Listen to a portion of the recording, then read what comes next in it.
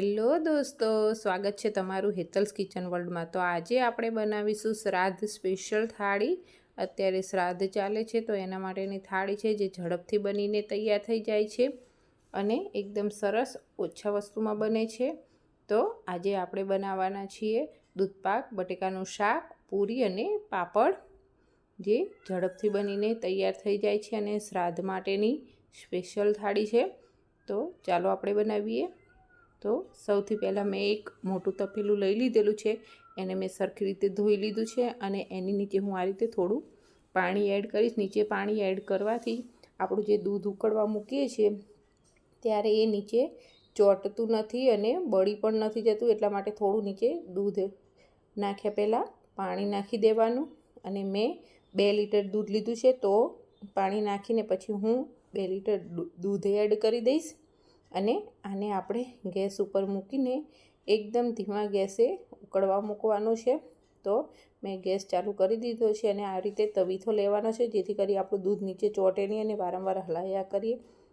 તો બીજી બાજુ હું આ રીતે 1 થી 2 ચમચી જેટલા ચોખા લીધા છે, એને હું પલાળી દઈશ અને સાઈડમાં મૂકી દઈશ, જેથી કરીએ જલ્દીથી પલળી જાય અને ઝડપથી ચડી જાય। તો આને આપણે પલાળીને ધોઈને સાઈડમાં મૂકી દેવાના છે। અને બીજી બાજુ આપણે દૂધ ઉકળે છે તો એને થોડી વારે આ રીતે હલાવતા રહેવાનું, નહીં તો નીચે ચોંટી જશે। તો તમે જોઈ શકો છો કે ધીરે ધીરે આપણું દૂધ ઘટ્ટ થવા લાગ્યું છે, પણ આ રીતે એને તવીથાની મદદથી હલાવવાનું, જેથી કરી ચોંટે નહીં। તો આપણું દૂધ ઉકળવા લાગ્યું છે, તો બીજી બાજુ હું એક વાટકીમાં થોડા કેસરના તાંતણા લઈ લઈશ અને એની અંદર આપણું જે ગરમ દૂધ થયું છે એ થોડું દૂધ એડ કરી દેવાનું, જેથી કરી આપણા કેસરનો કલર સરસ આવી જાય અને એમાં ઓગળીને એકદમ સરસ ઓગળી જાય અને કલર પણ સારો આવે। તો ગરમ દૂધ એડ કરી દઈશું અને આ કેસર પલાળેલાને સાઈડમાં મૂકી દઈશું આપણે। ત્યાં સુધી આપણે શાકની તૈયારી કરી લઈશું। તો શાક બનાવવા માટે મેં કુકરમાં થોડા બટેકા લઈ લીધા છે અને એમાં પાણી એડ કરી દીધું છે। તો કુકરને આપણે બંધ કરી આની 4 સીટી કરી લેવાની છે। તો આપણા બટેકા બફાય ત્યાં સુધી આપણા સાઈડમાં લોટ પણ તૈયાર કરી લઈશું। તો પૂરી માટે લોટમાં લીધો છે, એના માટે મેં થોડો લોટ લઈ લીધો છે, એની અંદર મેં મીઠું એડ કર્યું છે અને થોડી હળદર એડ કરવાની, જેથી કરી પૂરીનો કલર સરસ આવે। પણ જો તમારે હળદર એડ ન કરવી હોય તો એ પણ ચાલે। હવે આની અંદર આપણે થોડું 1 થી 2 ચમચી જેટલું તેલ એડ કરવાનું છે અને આપણે લોટ બાંધીને તૈયાર કરી દેવાનો છે। રોટલીનો નહીં ને ભાખરીનો નહીં, એ રીતે પૂરીનો લોટ તૈયાર કરવાનો છે। તો તમે જોઈ શકો છો કે આપણો આ રીતનો લોટ તૈયાર થઈ ગયો છે। હવે આને સાઈડમાં મૂકી દઈશું અને બીજી બાજુ આપણે જોઈશું કે આપણું કેસરવાળું દૂધ, જે કેસર ઓગળીને રાખી, એ કલર સરસ આવી ગયો છે। તો હવે આપણે એને ઉકળતા દૂધમાં એડ કરી દેવાનું છે અને એને આપણે સરખી રીતે મિક્સ કરી દેવાનું છે અને આ દૂધને હજુ આપણે ઉકળવા જ દેવાનું છે। તો આપણું દૂધ ઉકળે છે, તો આની અંદર હવે આપણે જે ચોખા પલાળીને રાખ્યા છે એ એડ કરી દેવાના છીએ, જેથી કરી આપણા ચોખા આ દૂધ ઉકળે એમાં જ ચડી જાય। તો હવે ચોખા નાખી આપણે એને સરખી રીતે મિક્સ કરી દઈશું અને જ્યાં સુધી આપણે ચોખા ચડે નહીં ત્યાં સુધી અને દૂધ ઘટ ના થાય ત્યાં સુધી થવા દેવાનું છે। અને બીજી બાજુ આપણે હવે શાકનો વઘાર કરી લઈશું। તો શાકના વઘાર માટે મેં 1 ટમેટું લઈ લીધું છે અને 2 લીલા મરચાં ઝીણા કટ કરીને લીધા છે અને 1 વાટકો લીધો છે। એમાં હવે આપણે મસાલો તૈયાર કરી લઈશું। તો સૌથી પહેલાં સ્વાદ પ્રમાણે મીઠું, 1/4 ટીસ્પૂન હળદર, 1/2 ટીસ્પૂન તીખું લાલ મરચું, 1/2 ટીસ્પૂન કાશ્મીરી લાલ મરચું અને 1 ટીસ્પૂન ધાણા જીરું પાવડર આ એડ કરવાનું છે અને આની અંદર પાણી નાખી આ મસાલાને સરખી રીતે મિક્સ કરી દેવાનો છે, કારણ કે આપણે આ શાકમાં લસણ ડુંગળીનો ઉપયોગ નથી કરતા અને ગ્રેવીવાળું શાક બનાવવાનું છે। તો આ રીતે મસાલો કરવાનો, જેથી કરી કલર સારો આવે। મને ધાણા જીરું થોડું ઓછું લાગે છે, તો હું થોડું હજુ ધાણા જીરું એડ કરી આને સરખી રીતે મિક્સ કરી દઈશું, કારણ કે આપણે લસણ ડુંગળીનો ઉપયોગ નથી કરવાના। તો આપણો મસાલો તૈયાર છે અને આપણા બટેકા પણ મેં ફોલીને કટ કરીને તૈયાર કરી લીધા છે। તો હવે શાકનો વઘાર કરી લઈશું। તો શાક બનાવવા માટે મેં એક કઢાઈ લીધી છે, એમાં 2 ચમચા તેલ લીધું છે। આપણું તેલ ગરમ થાય એટલે સૌથી પહેલાં એની અંદર રાઈ એડ કરી દેવાની। રાઈ આપણી ફૂટવા લાગે એટલે એની અંદર થોડી હિંગ એડ કરી દેવાની છે અને થોડા મીઠા લીમડાના પાન એડ કરી દેવાના છે પછી આપણે જે ટમેટાં કટ કરીને રાખ્યા છે એ અને લીલા મરચાં એડ કરી દઈશું અને સરખી રીતે આપણે આને તેલમાં સાંતળી લેવાના છે. તો થોડીવાર માટે આપણે આને તેલમાં સાંતળવા દઈશું, જેથી કરી આપણા ટમેટાં સોફ્ટ થઈ જાય. તો થોડીવાર પછી આપણે જોઈશું કે આપણા ટમેટાં સરસ સોફ્ટ થઈ ગયા છે. તો હવે આપણે જે મસાલો પલાળીને રાખ્યો છે એ એડ કરી દેવાનો છે. આ રીતે મસાલો એડ કરવાથી આપણી શાકની ગ્રેવી બહુ જ સરસ થાય છે અને કલર પણ સરસ આવે છે. તમે ઘરે એક વખત આ રીતે જરૂરથી ટ્રાય કરજો. કોઈને પણ ખબર નથી પડતી કે આ લસણ ડુંગળી વગરનું છે. તો હવે આપણે મસાલો એડ કરીને એને સરખી રીતે મિક્સ કરી દઈશું ને જ્યાં સુધી તેલ છૂટું ન પડે ત્યાં સુધી થવા દઈશું. તો થોડીવાર પછી તમે જોઈ શકો છો કે આપણું તેલ સરસ છૂટું પડી ગયું છે. તો હવે આપણે આની અંદર બાફીને રાખેલા બટેકા એડ કરી દેવાના છે અને આને પણ આપણે સરખી રીતે બટેકાને આ ગ્રેવીમાં મિક્સ કરી દેવાના છે સરખી રીતે. અને ટમેટાં નાખ્યા છે તો શાકનો ટેસ્ટ પણ બહુ સરસ આવે છે અને લીલા મરચાંથી તો શાકનો બહુ મસ્ત ટેસ્ટ આવે છે.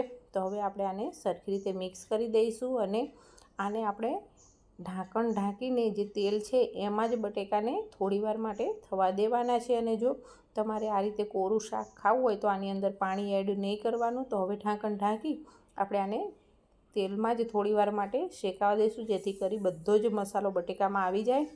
તો થોડીવાર પછી આપણે જોઈશું કે આપણે બટેકાના શાકનો કલર એકદમ સરસ આવી ગયો છે અને નીચે તેલ પણ છૂટું પડી ગયું છે.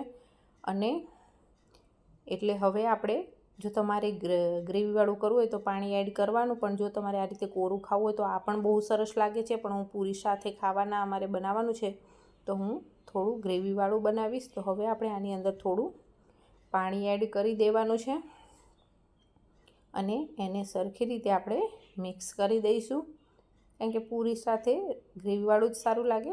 તો હવે આપણે આને મિક્સ કરી દેવાનું છે. તમારે ક્યાંક મુસાફરીમાં જવું હોય તો એ રીતે કોરું બનાવો તો પણ બહુ સરસ લાગે છે. થેપલા સાથે પણ બહુ સરસ લાગે છે. તો આપણે શાકને સરખી રીતે મિક્સ કરી દઈશું અને હજુ હું થોડું પાણી એડ કરી એને પણ સરખી રીતે મિક્સ કરી દેવાનું છે. અને પછી આપણે આને ઢાંકણ ઢાંકીને થોડીવાર માટે જ્યાં સુધી તેલ છૂટું ન પડે ત્યાં સુધી આને ધીમા ગેસે થવા દેવાનું છે.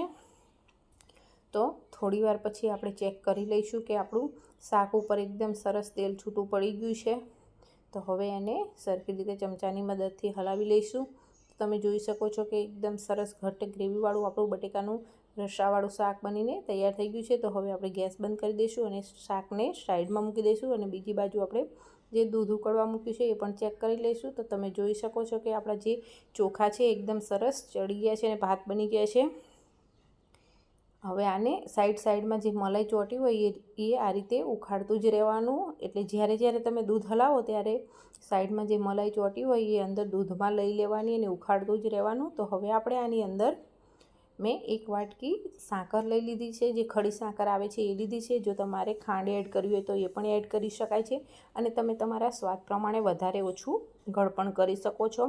તો મેં 1 વાટકી ખડી સાકર લઈ લીધી છે, એને આપણે આમાં સરખી રીતે મિક્સ કરી દેવાની છે. અને સાકર કે ખાંડ નાખવાથી દૂધ પાતળું થાય છે તો એને ઉકળવા દેવાનું છે. જ્યાં સુધી ઘટ્ટ ન થાય ત્યાં સુધી આ રીતે ઉકળવા દઈશું. તો તમે જોઈ શકો છો કે તવીથામાં કેવું સરસ આપણું દૂધ ચોંટી ગયું છે, તો એકદમ ઘટ્ટ થઈ ગયું છે.